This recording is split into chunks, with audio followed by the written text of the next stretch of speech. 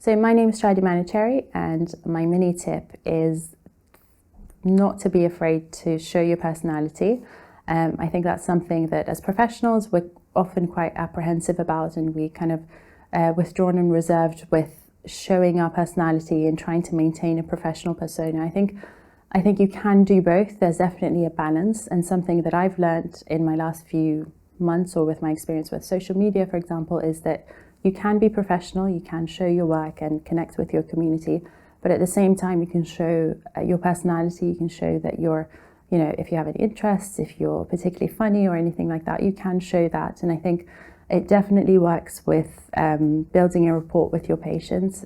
My patients are often like friends when they come to see me, especially patients who are doing something like Invisalign, where I'm seeing them regularly, and we become like friends. And I often show, I show my personality and I show that I care about them.